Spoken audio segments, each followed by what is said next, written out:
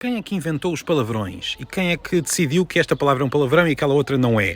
Os palavrões são palavras que são objeto de uma grande censura social. Ou melhor, a utilização dessas palavras é objeto de censura social em certas situações.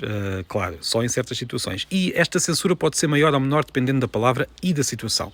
A criação dos palavrões, simplificando um pouco a questão, tem dois passos.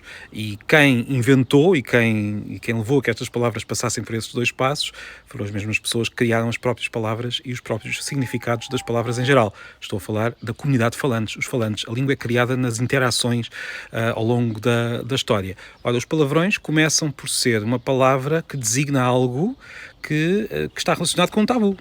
E estes tabus estão relacionados com três áreas da vida. Destas três áreas, há uma delas que em português normalmente não está associada a palavrões, curiosamente, mas que está noutras línguas. As três áreas são a religião.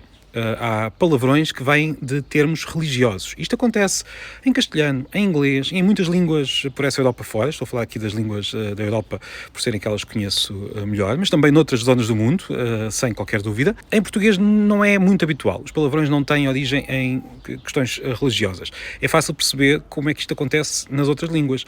Há um tabu, por exemplo, um dos mandamentos é não digas o nome de Deus em vão. Dizer o nome de Deus fora da situação certa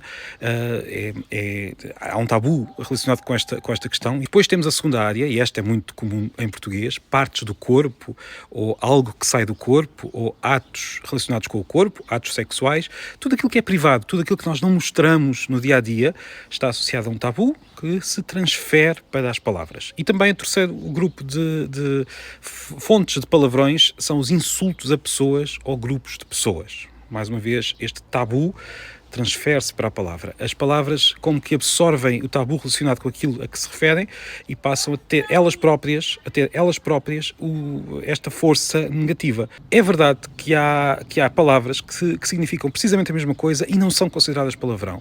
Tudo tem que ver com a atitude com que são ditas. Normalmente estas palavras ou são infantis ou são muito técnicas e por isso não têm a mesma força e são usadas apenas em situações em que nós podemos falar daquilo que está sujeito ao tabu. Olha, isto é o primeiro passo.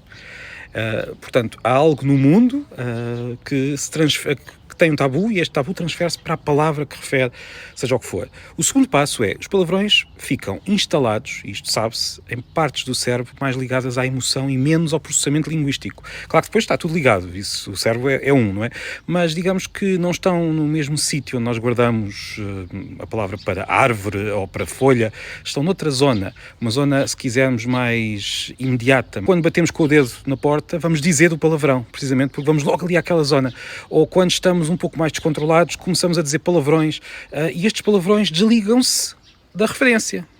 Passamos a dizer palavrões como intensificadores, como forma de marcar a nossa atitude perante seja o que for, como forma de mostrar desprezo ou admiração. Começamos com palavras que eram referências ao corpo, ao sexo, a insultos, ou às vezes a religião, e passamos a usá-las noutras situações muito, muito fora dessas áreas, por vezes apenas como exclamação, como no fundo interjeição. Os palavrões começam por ser, em geral, nomes ou verbos e passam a ser interjeições, que nós dizemos de forma muito forte e variada, sem estar a pensar sequer nas regras que estão por trás do uso desses nomes e desses verbos. Sobre o tema, proponho este livro, que não existe em português, infelizmente, Nine Nasty Words, de John McWhorter, um excelente linguista que escreve livros muito divertidos e também muito, muito rigorosos. É uma boa introdução a muitos palavrões. Há outros, mas esta é a minha sugestão, e ele fala aqui também de duas outras características dos palavrões. Primeiro, são alvo de muitas etimologias inventadas, muitas teorias